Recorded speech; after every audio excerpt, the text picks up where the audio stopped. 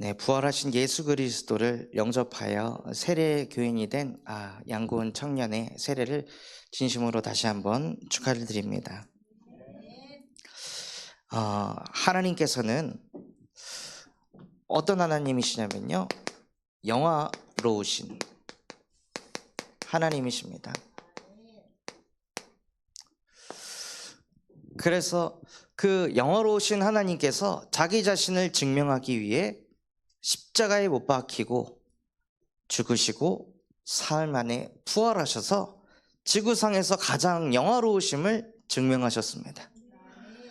그 영화로우신 예수 그리스도께서 지금 우리 안에 보혜사 성령으로 함께 하시기 때문에 저와 여러분의 존재 자체가 영화로운 존재입니다. 그래서 영화로우려고 발버둥을 칠 것도 없고, 영화로우신 하나님과 함께하고 있다 보면요, 우리의 능력과 수준과 상관없는 영화로운 응답들을 하나님께서 몰고 오십니다. 그래서 지난 한 주간 캠프를 통해 영화로운 존재들이 모여가지고 이 캠프를 하니까요, 하나님께서 현장을 계속 영화롭게 해가시더라고요. 또 아침에 사무엘 목사님이 쪽지를 받았는데, 교도소에 이제 전도하러 캠프를 갔더니 현장에 누구를 만나게 하셨냐? 저는 여기 우리 아들이 여기 있어서 접견을 하러 왔는데 시간이 괜찮으시다면 우리 아들도 전도해 주세요 하고, 접견 오러 온 아버지가 자기 구치소에 있는 아들에게도 복음을 전해달라고 쪽지를 주게 하시는 거예요. 그러니까 전도자들이, 영화로운 존재들이 현장을 가니까요, 하나님께서 그 현장들을 영화롭게 만들어 가시더라고요. 그래서 우리가 누릴 것은 한 가지입니다. 영화로우신 하나님과 함께하는 것입니다. 또 이 하나님이 우리와 함께 하시면서 우리를 성장시키는 하나님이 되십니다. 그래서 한계를 만나고 어려움을 만나고 고난을 만나고 기근을 만난 그때에 그 생각에 잡혀가지고 무너지는 것이 아니라 지금이다, 지금 여호와의 싹이 내게 심겨지게 하시고, 오히려 이 속에서 하나님께서 나를 아름답고 영화로운 존재로 축복하는 것을 보게 하여 주시옵소서 하고 24 하나님과 함께하는 축복을 누리시기 바랍니다. 오늘 고은 청년이 세례를 받았는데 제가 더 떨리더라고요. 제 인생에 처음 이 세례를 주는 거라 이거 까먹으면 안 되는데, 실수하면 안 되는데, 잘해야 되는데, 그러니까 아침부터 막 심장이 막 벌렁벌렁거리고 이상한 소리 하면 어떡하나 이런 것 때문에 얼마나 부담이 되든지. 그런데 그렇게 불안하고 떨고 있는 저에게 하나님께서는 나를 성장시키시는 하나님이 되셔서 24시 함께를 누릴 수 있도록 은혜를 주셨구나 하고, 더 하나님과 함께하며 저의 연약함, 부족함을 인정하고 나를 성장시키는 하나님과 함께할 수 있도록 은혜를 베풀어 주시더라고요. 그래서 지난 한 주간 우리에게 여호와의 싹은 아름답고 영화로울 것이다 말씀하셔서 우리에게 여호와의 싹을 심어주셨습니다. 그 싹이 심겨져 있으니 아무리 주변이 무너지고 붕괴가 오고 환란이 오고 어려움이 온다 할지라도, 그래도 그때에도 주는 그리스도이시며 살아계신 하나님의 아들이십니다라고 신앙을 고백하는 자들을 가르쳐서 너희는 이 땅에 남은 자다, 그 남은 자 모두를 내가 거룩하다 칭함을 여길 것이다 하고, 하나님께서 이 남은 자들을, 저와 여러분을 거룩하다 축복하셨습니다. 그래서 이번 한 주간에는요, 만군의 여호와는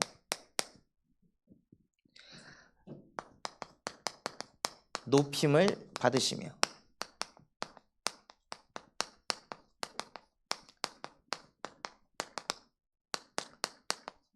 라는 말씀으로 한 주간 인도받도록 하겠습니다.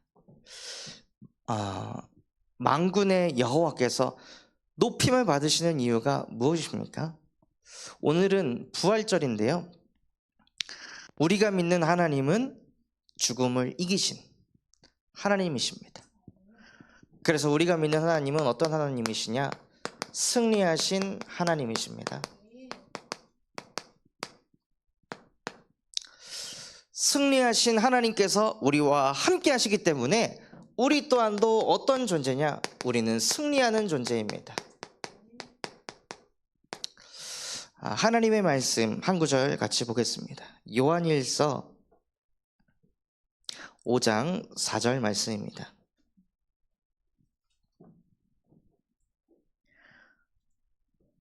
요한일서 5장 4절 말씀입니다. 한 절 말씀 다 같이 합독해 보겠습니다. 무릇 하나님께로부터 난 자마다 세상을 이기느니라. 세상을 이기는 승리는 이것이니 우리의 믿음이니라. 아멘. 하나님께로부터 난 저와 여러분이기 때문에 세상을 이기는 존재입니다. 다윗이 골리앗 앞에 섰을 때요, 자기가 가지고 있는 그 돌팔매질을 잘하는 기능을 가지고 골리앗 앞에 선 것이 아니라 그때 무엇을 고백했습니까? 나는 만군의 여호와의 이름으로 너의 앞에 왔노라. 우리가 언제 승리하냐면요, 만군의 여호와께서 나와 함께한다고 믿어질 때 그때부터 승리는 시작되는 것입니다. 그래서 하나님께서 저와 여러분을 승리하는 존재의 축복을 누리게 하시려고 하나님이 자기의 형상, 곧 하나님의 형상대로 사람을 창조하셨습니다.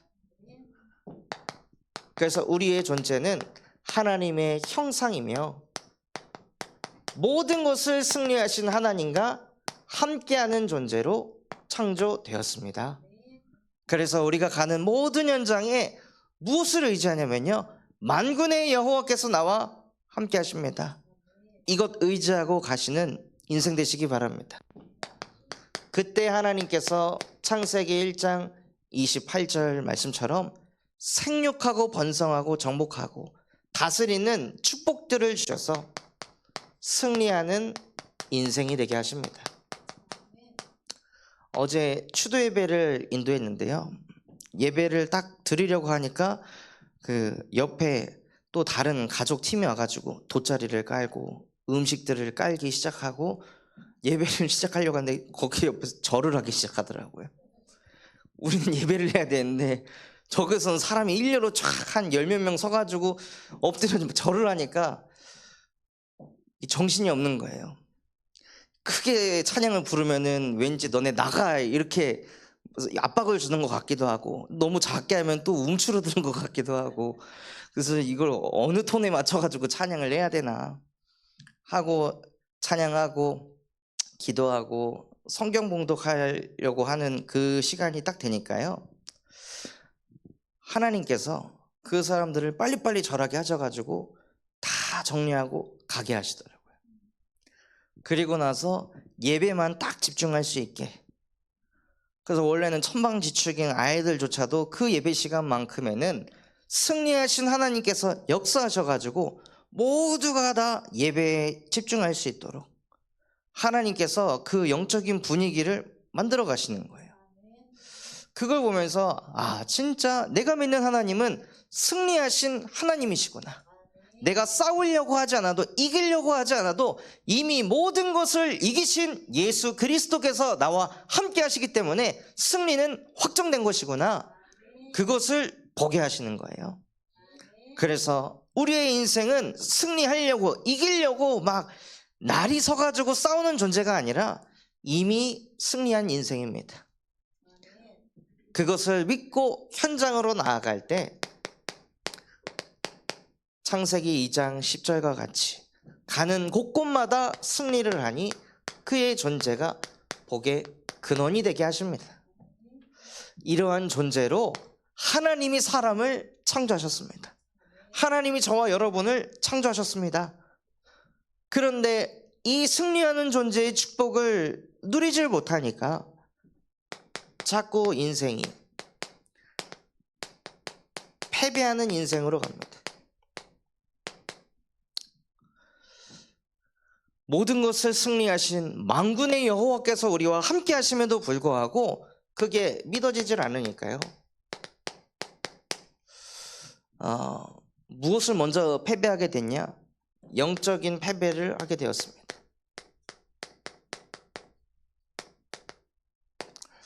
하나님이 함께 하심에도 불구하고 그것이 믿어지지 않으니 자꾸 마음에 불신앙이 들어와서 내가 이겨야 돼, 내가 참아야 돼, 내가 견뎌야 돼, 내가 버텨야 돼, 내가 이해시켜야 돼, 내가 설득해야 돼.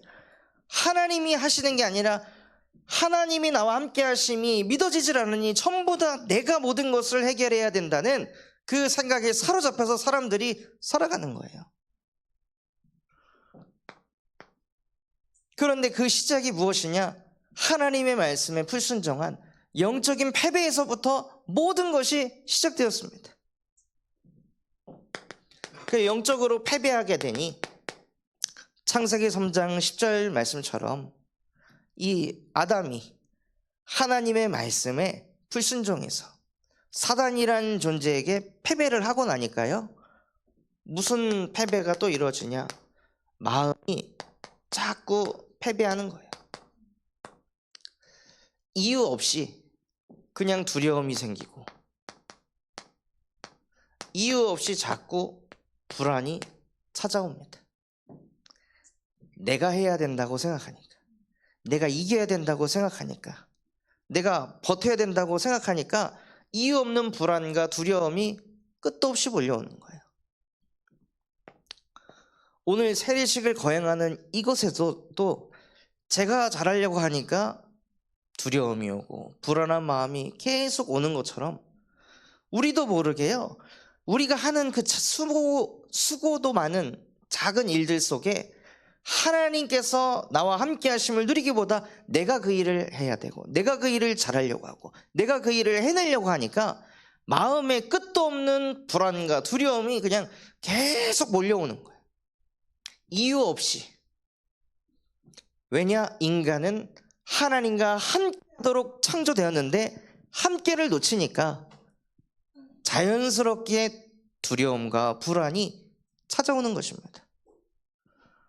그러니 마음이 굳게 서질 못하니까 창세기 3장 16절에서 19절 말씀처럼요,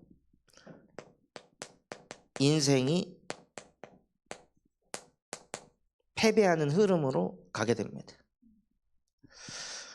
열심히 안 하는 게 아닌데 열심히 하는데 고생은 고생대로 하는데 아무리 발버둥 쳐도 가난해서 벗어나질 못하고 계속 고생하니까 자꾸 병이 찾아오고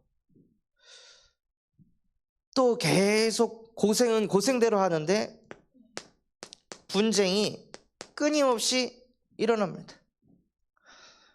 아담과 하와가 하나님의 말씀에 불순종하고 나서 마음이 무너지고 나니까요, 그 다음부터 열심히 땅을 일구려고 고생하는데 땅에서 갈퀴가 나오니 아무리 농사를 잘 지으려고 해도 안 되는 거예요. 고생은 고생대로 하는데 이 가난에서 벗어나지 못하고 계속 고생하니까 정신이 병들고 육신이 병들고, 그러니 어떻게 가정이 잘 이루어지겠어요? 계속 현장에서 스트레스 받고 있는데 가정 안에서도 계속 분쟁이 일어나는 거예요. 그래서 이 말씀에 보면 여자 너는 남편을 항상 원하고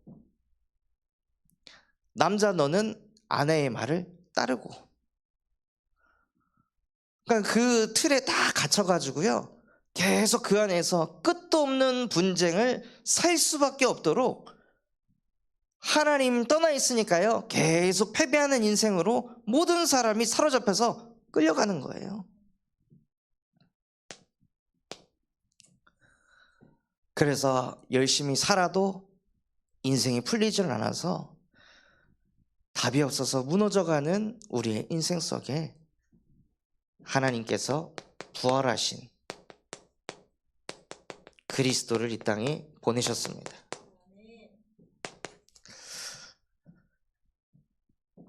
그래서 하나님께서 창세기 3장 15절 여자의 후손을 보내서 가장 먼저 영적인 패배를 하게 돼서 만군의 여호와께서 함께 하심에도 불구하고 그거 하나 믿어지지 못해가지고 늘 불신앙하며 살도록 만드는 그 뱀의 머리를 여자의 후손이 와서 그 뱀의 머리를 상하게 할 것이다 하고 흑암을 무너뜨리시고, 그 여자의 후손이 실제 이 땅에 오셔서 동정녀 마리아를 통해 낳은 그 아들의 이름을 예수라 하셨습니다. 자기의 백성을 그들의 죄에서 구원할 자이심이니라. 우리가 영적인 패배 속에서, 마음의 패배, 인생의 패배 속에서 살아갈 수밖에 없다는 거 하나님이 아시고 이 땅에 예수를 보내셔서 우리를 구원할 자로 보내셨습니다. 예수께서 오셔서 무엇을 하셨냐? 이사야 53장 5절에 그가 채찍에 맞음으로 우리는 나음을 입었도다. 십자가에 못 박히시기 전에 예수께서 먼저 채찍을 맞으셨는데요, 그 채찍은 그냥 채찍이 아니라 플라겔룸이라는 로마 시대 때 사용했던 고문 도구입니다. 그래서 그 채찍은 나무로 된 손잡이에다가 이렇게 끈을 달아서 이 끈에다가 금속을 박아요. 혹은 이제 이 고리 같은, 갈고리 같은 거를 이 끈에다가 다른 다음에 이 채찍으로 사람을 두드려 패는 거예요. 그래서 그냥 때리는 게 아니라 이 금속이 살에 박혀가지고 다시 채찍을 떼면 살점이 뜯겨 나가도록 만든 것입니다. 예수께서 그 채찍을 맞으신 이유가 무엇이냐? 그가 채찍에 맞음으로 우리는 나음을 입었도다. 그거를 맞으면서 저와 여러분이 더 이상 패배하는 인생 살지 않게 하시려고 그 채찍을 다 감당하셨다는 거예요. 그 채찍을 맞으셔서 무엇을 이루셨냐? 염소의 피도 아니고 송아지의 피도 아니고 오직 그의 피로 영원한 속죄를 이루셨느니라. 속죄라는 뜻은요, 죄를 대신해서 용서를 구하다 라는 뜻입니다. 우리의 죄를 대신해서 예수 그리스도께서 아무런 죄도 아무런 흠도, 지구상에 가장 영화로우신 그리스도께서 나 같은 죄인을 살리기 위해서 피를 흘리셔서 영원한 속죄를 이루어주셨습니다. 그 피를 흘리며 요한복음 19장 30절 예수께서 신 포도주를 마신 후에 다 이루었다 하시고, 다 이루었다고 고백하실 때 무엇을 보셨을까요? 저와 여러분을 생각하시면서 우리가 하나님 떠나 늘 영적으로 패배하고 마음이 무너져서 불안하고 두려운 상태 속에서 인생을 살아가면 살아갈수록 고생만 하면서 살아갈 수밖에 없는 우리를 구원하기 위해 우리를 생각하시며 십자가에 이 모든 죄를 못 받고 다 끝내버리셨습니다. 다 이루신 예수가 우리의 그리스도이시며 지금도 살아계신 하나님의 아들이십니다. 이 예수 그리스도를 고백할 때 음부의 권세가 너를 이기지 못할 것이다 하고 저와 여러분을 승리하는 인생으로 축복하셨습니다. 고린도전서 15장 3절 4절에 그가 성경대로 십자가에 못 박혀 죽으시고 성경대로 사흘 만에 부활하시며 사망 권세를 이기신, 모든 것을 승리하신 그리스도이심을 증명하셨습니다. 그 예수 그리스도께서 이제는 내가 사는 것이 아니요 나를 위하여 자기 자신을 버리신 하나님의 아들을 믿는 믿음 가운데서 사는 것이라. 우리의 인생은 더 이상 패배하는 인생, 가난에 허덕이고 병에 사로잡히고 늘 가정의 분쟁 때문에 시달리는 그 인생이 아니라 그 인생 그만 살라고 십자가에 못 박고 끝내신 그리스도께서 사시는 승리하는 인생으로 우리를 재창조하셨습니다. 그래서 날마다 부활하신 그리스도가 나의 그리스도 되시는 은혜를 누리시기 바랍니다. 승리하신 하나님께서 우리와 함께 하시면은요, 현장을 살리시는 하나님을 누리게 하십니다. 가장 먼저 하나님은 누구를 살리길 원하실까요? 가장 먼저 하나님은 나 자신, 개인 현장을 살리기를 원하십니다.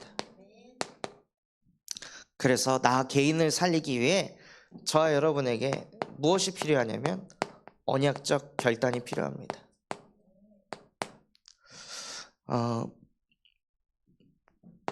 예수님께서 뭐라고 말씀하셨냐면요, 요한계시록 3장 15절에 너희가 뜨겁든지 아니면 차갑든지 둘 중에 하나만 해라. 진짜 하나님을 믿든지 아니면 그냥 불신자로 살든지 둘 중에 한 가지만 해라.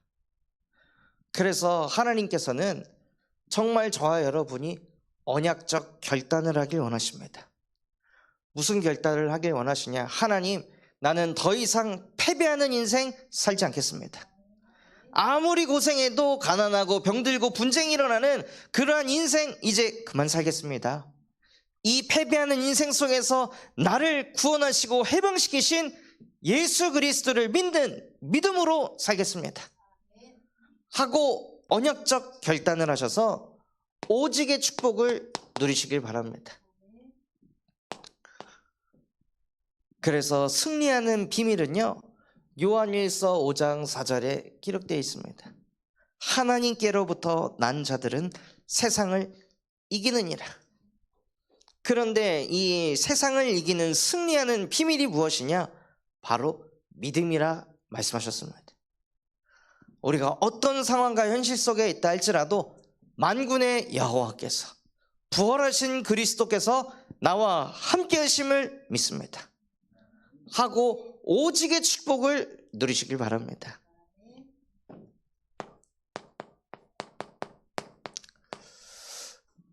그리고 나서 언약적 도전을 하시는 거예요. 무슨 도전을 하시냐? 하나님이 나에게 주신 오늘의 말씀, 그래서 그 말씀 가지고 오늘의 기도를 드리고 그 기도를 통해 내게 주신 그 깨달음과 은혜를 가지고 내가 있는 현장에 그 말씀을 전하는 오늘의 전도, 그래서 사모오늘을 도전하시기 바랍니다. 그때 그 사모오늘을 하는 그 사람에게 하나님께서는 유일성의 응답을 주십니다. 그 언약적 도전을 하는 그 사람에게는요, 하나님이 언약적 응답을 주십니다. 어떤 응답이 오게 될까요? 정말 우리가 사모늘을 계속 도전하고 있으면 우리도 모르게 어떤 응답이 오냐? 여호와께서 요셉과 함께 하셨듯이 24시 하나님과 함께하는 응답을 받게 하십니다. 그게 재창조의 응답을 받은 사람의 축복입니다. 하나님께서는 그래서 현장을 살리시기를 원하시는데 가장 먼저 나를, 저와 여러분을 살리기를 원하십니다. 교도소 현장에서 편지 한 통이 왔는데요, 이 청년은 청소년 시절에 유도 선수였고 또 종합교 투기를 하면서 선수 생활을 하다가 광주의 대인동파라는 조직폭력배로부터 섭외가 들어와서 거기에 응하게 된 거예요.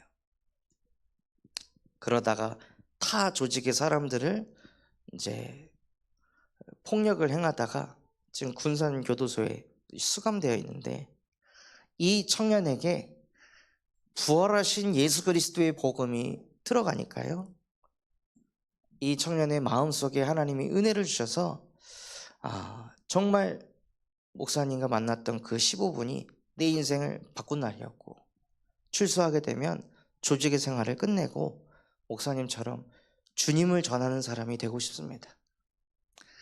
저는 목에서부터 발끝까지 다 문신으로 된 사람입니다.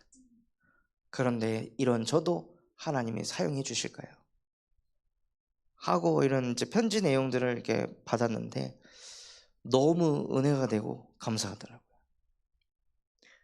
그 개인에게 예수 그리스도의 복음의 빛이 들어가니까요, 하나님께서 그 친구에게 결단을 하게 하셔서 도전을 하게 하시고 전도자로 살아가고 싶다는 재창조의 응답까지 하나님께서 인도해 가시는 거예요.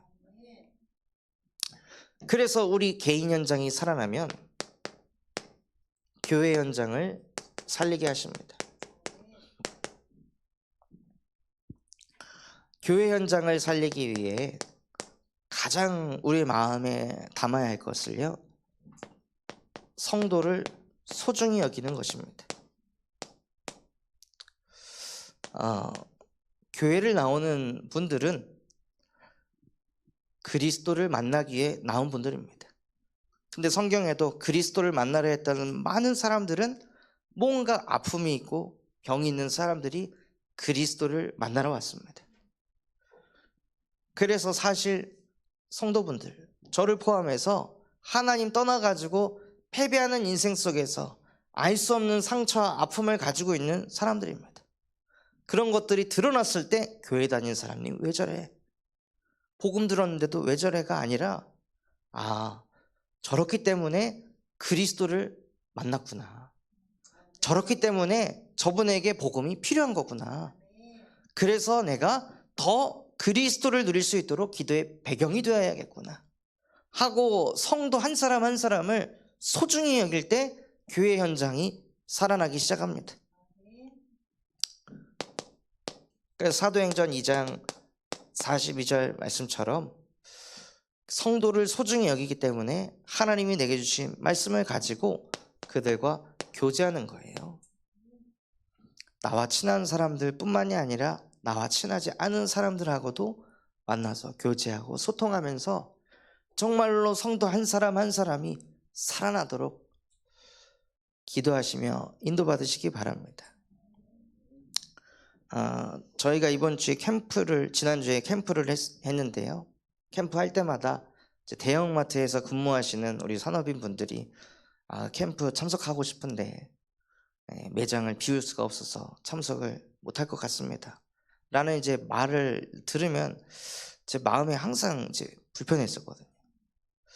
어떻게 하면 저분들도 이 캠프에 참여한다는 느낌을 받게 할 수 있을까 하고 기도하다가 저분들을 팀 사역할 수 있도록 팀 구성을 해서 그분들이 가가지고 사역을 하고 서로 포럼을 나누면서 그런 현장들이 살아나도록 하면 좋겠구나 하고 인도를 받았는데, 통화를 해보니 너무 좋았다고, 넘어와서 은혜되고 또 도전도 되고, 또 한 분은 오셨던 목사님이 신약 성경 매일 한 장씩 읽고 사진 찍어서 나한테 카톡을 보내라. 그래서 알겠습니다 해갖고 매일 아침에 그 성경 쓰고 사진 찍어서 목사님이 카톡 보내시더라고요. 그래서 그 목사님이 카톡 받은 걸 또 저한테 보내셔가지고 이렇게 하고 있다고. 그래서 진짜 우리 모든 성도 한 사람 한 사람을 소중히 여기셔서 우리 교회가 정말로 바르게 전도 운동하는 교회 되도록 기도해 주시기 바랍니다. 그렇게 성도를 소중히 여길 때 하나님께서 교회를 축복하십니다. 교회가 축복받는 비결 중에 최고의 비결은 주는 그리스도이시며 지금도 살아계신 하나님의 아들이십니다 라고 신앙을 고백할 때 너는 베드로라, 이 반석 위에 내가 내 교회를 세우리니 음부의 권세가 너를 이기지 못할 것이다.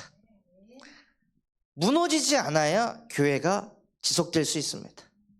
잠깐 은혜 받고 끝나는 교회가 아니라요, 지속적으로 흔들리지 않고 끝까지 갈 수 있는 교회가 되려면 날마다 예수가 우리에게 그리스도가 되셔야 합니다.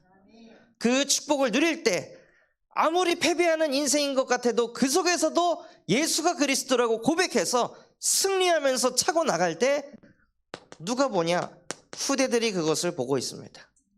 아, 정말 우리 부모님이 가진 복음은 승리하는 복음이구나, 모든 것을 이기는 복음이구나, 그것을 후대가 지켜보고 있습니다. 그래서 그 후대를 살리도록 하나님께서 빛의 경제에 응답을 주시고 그것을 통해 이 시대의 문화를 재창조시켜야 합니다. 이번 캠프 때 군산대학교에 가서 마약 중독 예방 설문조사를 이렇게 돌렸는데 한 친구에게 우리 전도사님이 가서 물어보니까, 아니 제가 마약을 하고 있는데 이걸 저한테 주시면 어떡해요 하고 얘기를 했다는 거예요. 그러니까 이 지방도 마약이 곳곳에 파고 들어가지고 그럴 정도로 흑암 문화에 우리 후대들이 완전히 사로잡혀 있습니다. 강릉에서 지지난주에 이 마약이 1조 원어치의 양이 발견이 됐거든요. 그럴 만큼 대한민국은 이미 마약 청정국이 아니라 이제 마약이 실제 뻗어가는 마약 개발 도상국이 되어버렸습니다. 그래서 우리 교회가 진짜 하나님이 축복을 쏟아 부으셔서 그 빛의 경제를 가지고 흑암 문화를 빛의 문화로 바꿔야 합니다. 그럴 때 하나님께서 우리 교회를 안디옥 교회와 같이 사도행전 11장 19절에서 30절 말씀처럼 주의 손이 함께하는 교회가 되게 하시고, 사람들이 왔을 때 아, 진짜 이 교회는 주의 은혜가 보이는구나 라고 느끼는 교회가 되게 하시고, 많은 사람들을 제자로 삼고 그 빛의 경제를 가지고 또 다른 현장을 도울 수 있는 그러한 교회로 군산 청소년교회를 축복하실 줄 믿습니다. 그래서 이 교회가 정말 그 복을 받아서 우리가 잘 먹고 잘 사는 것이 아니라 전도 현장을 살려야 합니다. 그래서 우리의 인생이 전도자의 삶이 되도록, 그 전도자의 삶을 살기 위해서요, 로마서 10장 17절 믿음은 들음에서 나고 들음은 그리스도 예수의 말씀으로부터 나느니라. 어제 복음을 들었다고 해서 오늘 복음을 안 들어도 되는 것이 아닙니다. 어제 흑암도 역사했고 오늘도 흑암은 역사합니다. 그래서 날마다 내 영혼 심령 속에다가 여호와의 싹 대신 그리스도의 복음을 심는 것이 전도자의 삶을 사는 것입니다. 그래서 날마다 그리스도의 복음으로 나 자신이 치유가 되고 힘을 얻고 은혜를 받아야 실제 현장에 가서 복음을 증거하게 하십니다. 이 전도자의 삶을 사는 사람들이 무엇을 하냐면요, 성령 인도를 받아야 합니다.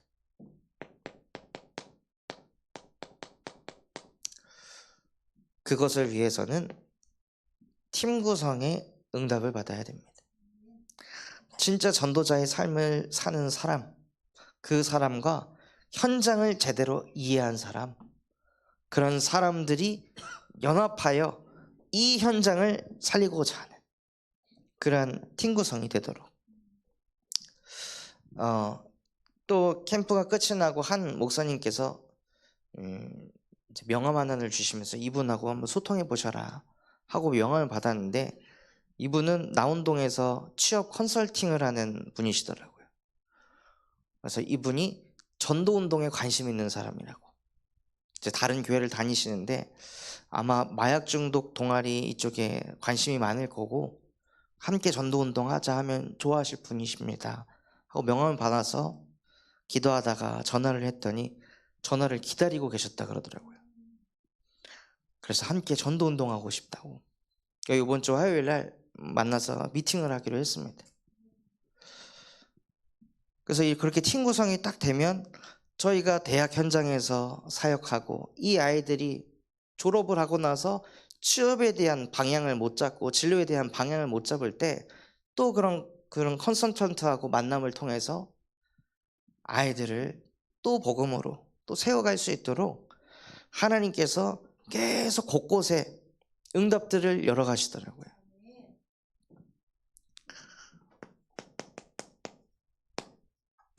그래서 우리의 전도 현장이 실제 전도 운동이 일어나기 위해서는 이 현장의 문은 무엇인가? 어떤 문을 통해 들어가서 사람들을 모아서 복음을 증거할 것인가 하고 밭을 만들고 그곳에 복음에 반응하는 사람들을 모아서 성경 공부를 하는 다락방 운동을 일으키는 것입니다. 이거 하기 위해서 나 자신이 살아야 되고 교회가 살아나고 그래야 전도 현장을 살릴 수 있습니다. 이거 하기 위해 하나님이 이 군산 땅에 군산 참소망교회를 세우신 줄 믿습니다. 이번 한 주간 만군의 여호와는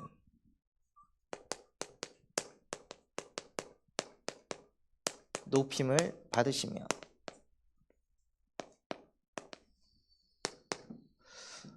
말씀을 주셨는데요. 이사야 5장 말씀을 읽어보면 하나님이 주시는 것이 있습니다.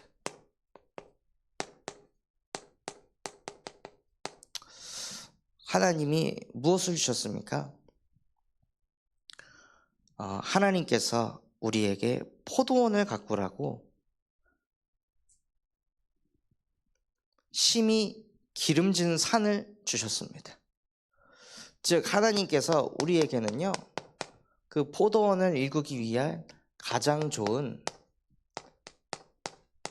배경을 주신 거예요. 그리고 가장 좋은 배경을 주시고 하나님께서는 극상품 포도나무를 심으셨다고 말씀하셨습니다. 그래서 우리에게 가장 좋은 나무를 주셨습니다. 하나님이 돌들을 다 제하시고 기름진 그 산에다가 극상품 포도나무를 심으셔서 그 심겨진 것에서 우리를 통해 얼마나 많은 풍성한 포도가 나는지 그것을 보려고 하나님께서 기다리셨는데 그 포도원에서 가장 좋은 게 나오는 것이 아니라 들포도가 나서 가장 나쁜 열매를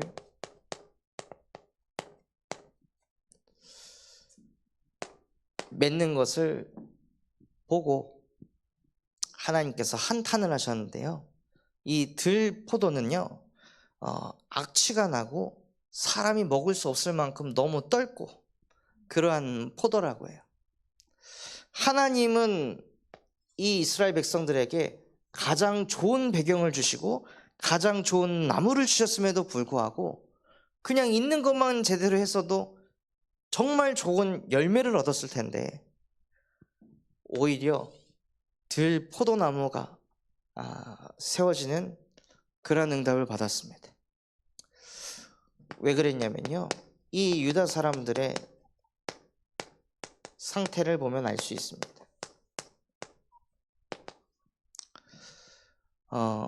9절에서 12절을 보면 가옥이 있는데 그 가옥들에 사는 사람이 없을 것이고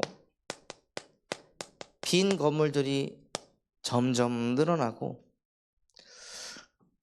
또 씨를 심어서 수확을 아무리 열심히 해도 열매가 나오지 않고, 아침부터 술을 마시고 늦은 밤까지 그 알코올 중독에 사로잡혀서 술을 먹는 상태가 되어 있다고 합니다. 12절에는 그들이 연회에는 수금과 비파와 소고와 피리와 포도주를 갖추었어도 늘 그것을 하며 축제를 벌이면서 삶을 살아가지만 여호와께서 행하시는 일에 관심을 두지 아니하며 그의 손으로 하신 일을 보지 아니하는도다.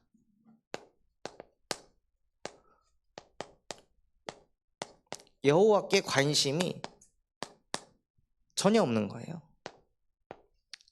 그러니 하나님이 아무리 좋은 것을 주어도 하나님이 주신 그 가지고 하나님의 응답을 받을 수 없는 상태인 거죠. 그리고 여호와께 관심을 두지 않고 14절에 스올이 욕심을 크게 내어 한량없이 그 입을 벌린즉, 욕심이 끝이 없고, 그리고 그들의 호화로움이 그들의 많은 무리와 그들의 떠드는 것과 그 중에 즐거워하는 자가 거기에 빠질 것이라 하고 중독이 되는 상태에 놓여집니다. 그러니 하나님이 주신 것을, 그 소중한 것을 어떻게 관리를 하고 가꾸고 할 수가 있겠냐는 거예요. 이때 하나님께서 무엇을 하시려고 하시냐? 오직 여호와가 높임을 받으시려고.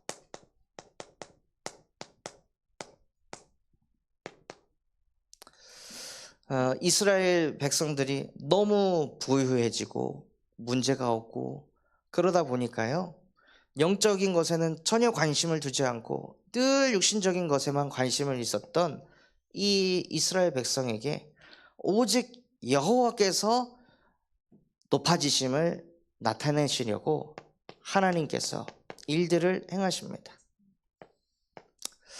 여호와가 높임을 받는 이유가 무엇이냐?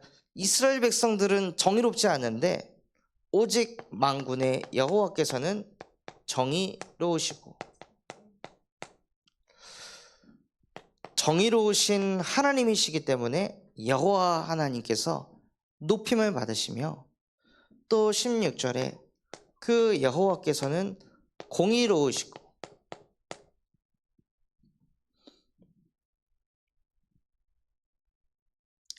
그래서 거룩하다 일컬음을 받으신다 말씀하셨습니다. 이사야의 말씀은요, 그래서 공의로우신 하나님께서 역사하셔서 이스라엘 백성들이 하나님이 주신 것을 소홀히 하였을 때 하나님께서 심판을 하십니다.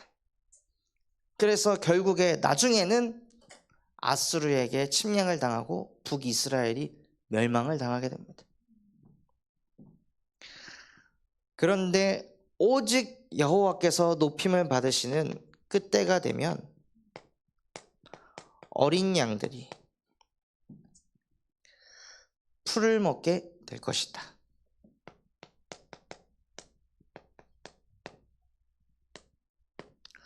그래서 우리의 마음속에 다른 것이 높아지는 것이 아니라 오직 만군의 여호와 하나님만이 높아질 때 우리 후대들이 영적인 유산을 받아서 자란다는 것입니다.